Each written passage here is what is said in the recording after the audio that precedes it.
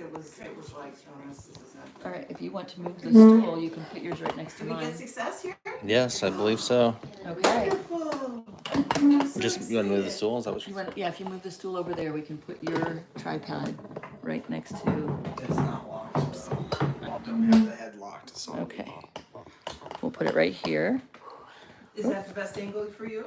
I'm wanting to try to get her fingers. Yes, because my mom likes to watch her fingers. Absolutely. Are they already watching? Do you need to send a new one, Aaron? I sent the new link in the text chain. They're probably like, Amy, quit jiggling the phone. Right? Does this block your view? No, I'm good. Okay. With a little 5-inch screen. All set? Now you gotta get your phone out of the viewfinder. Alex, you want There you go. put yours in there too? I'm good. Alex, you text in the family chain to make sure that they saw that that it's a new link. Oh, it is? Yep. I couldn't make the old one work, but just set Oh, up you a already brand new sent one. New link. Yeah. Okay.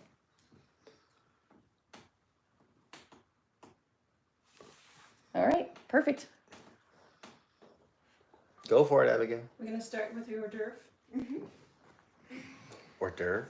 Yes, if you I look at the had no program. clue that's how you spell orchid.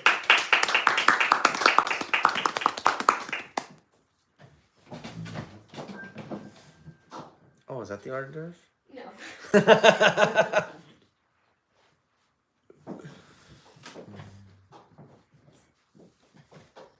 That's the orchid. It's the orchid.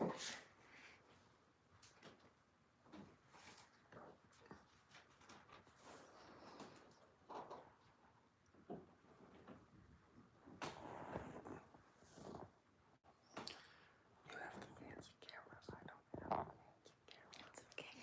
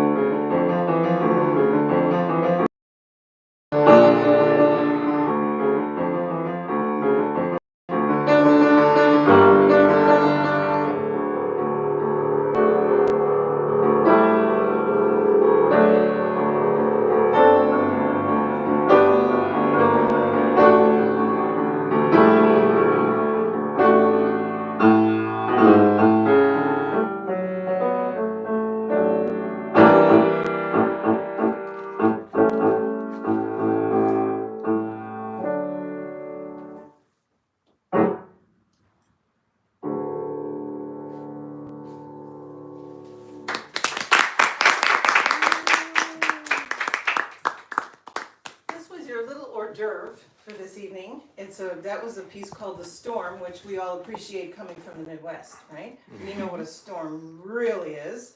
And both of us fell in love with that piece, and she wanted to play it. And it's by a wonderful composer named Bergmuller, who's did a lot of great music, which she's played many of those pieces through the years. But what I'd like to do now is introduce the music that she's going to play and how this whole idea came to be. Exactly a year ago, maybe even a little bit more, I was talking with her that she was going to have 1 year left and that we wanted to make the most of this year. And we decided that she had played a few pieces by Grieg, and I had some more in mind that I thought she might enjoy. And one of them was one which I will introduce later. That's this feature presentation. But for the first three, I'd like to introduce them to you. The composer Edvard Grieg is from the late 19th century, Norway. And he's considered probably the most beloved Norwegian composer. And he made the joke that probably all of his music has a little taste of cod in it, actually. But we won't apply that to this. But his music captures an atmosphere, a character, a feeling, and emotion in a really special way. And so there was no question for Abigail that a whole evening or afternoon of just Grieg was how she wanted to conclude her senior concert as her piano career in high school. So the first piece is called Puck, and it's about a little troll, which, you know, Scandinavian countries are famous for that. So you will recognize the mischievous melodies and themes and things that come through in that. And then the second piece is called Arietta. An aria is a song that's usually in an opera that expresses intense emotion, but an arietta is like a little song.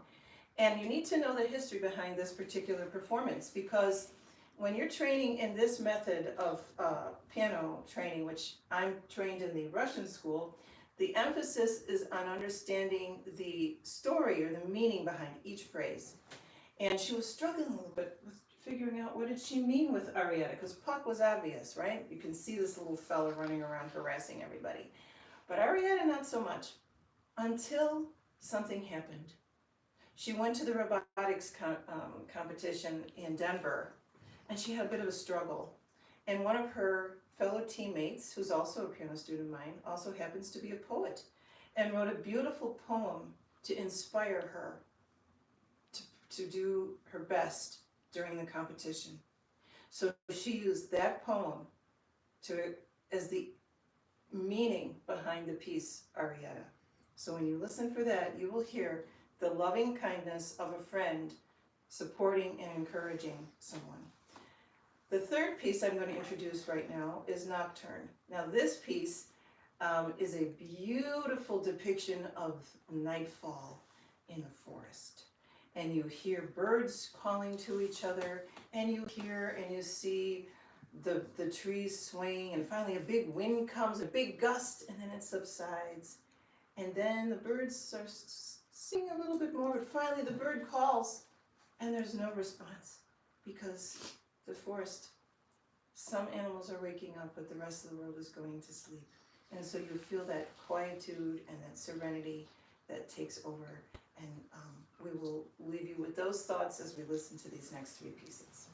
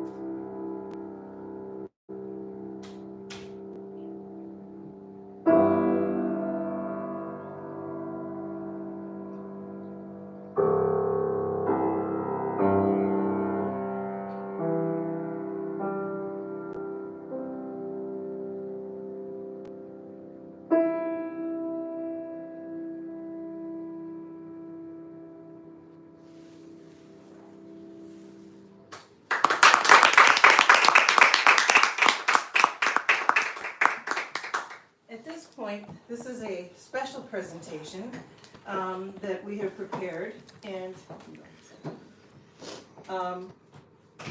for you. Now this one has a story behind it. So a year ago, I put a piece of music in front of her called "The Wedding at Troldhaugen." The Wedding at Troldhaugen was composed by Grieg for his wife on their 25th wedding anniversary. And she heard it, and it happened to be the year of her parents' 25th wedding anniversary. And she fell in love with this music, like, you can attest to that, like never before. And she said, I want to play this. I said, well, this will be the crowning glory of your senior concert, your all Grieg concert. So she spent this past year, whole year, preparing this piece. Excuse me one moment, please.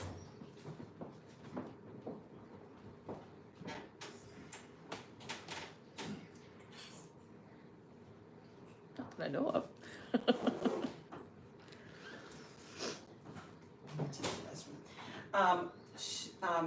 She spent the whole year working on this piece. And this piece for her is a personal challenge because it's technically very demanding. It's long. It has a lot of elements to it. So I'm going to introduce the storyline that is in this. So the opening of the piece is this grand celebration, and you hear almost like a medieval celebration of a wedding, almost like a march. But then the couple starts to remember back when they first met and they were courting. And there's a chase scene. And who is chasing who? Amy chasing Aaron, Aaron chasing Amy. You get to decide. But you will hear that pursuing going on in the music. And there's so much celebration.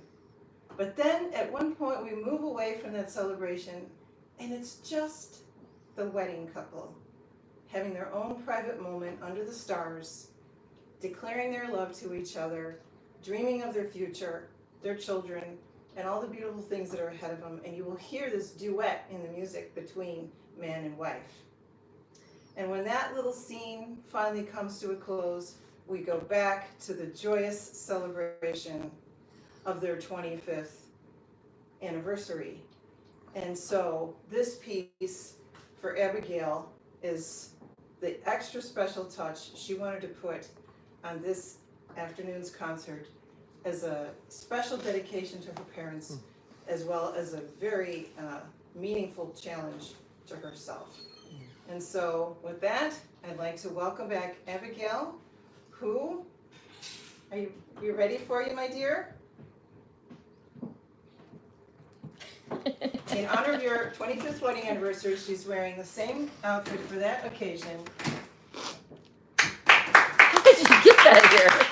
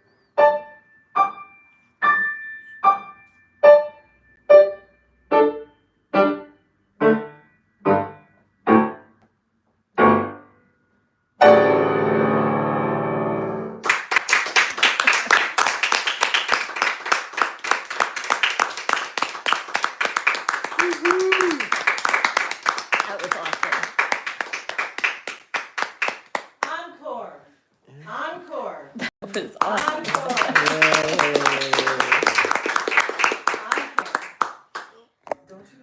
Okay. So, my final piece is called My Homeland.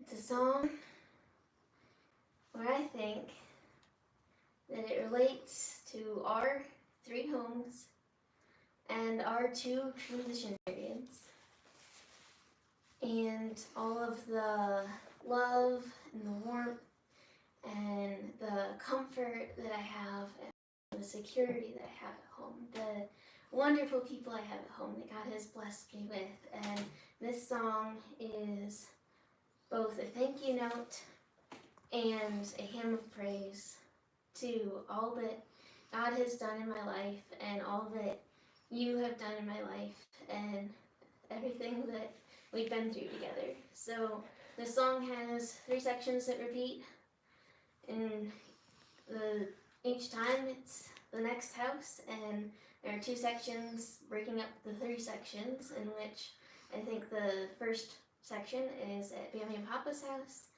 and the second section is when we are waiting to move to Pittsburgh. Enjoy.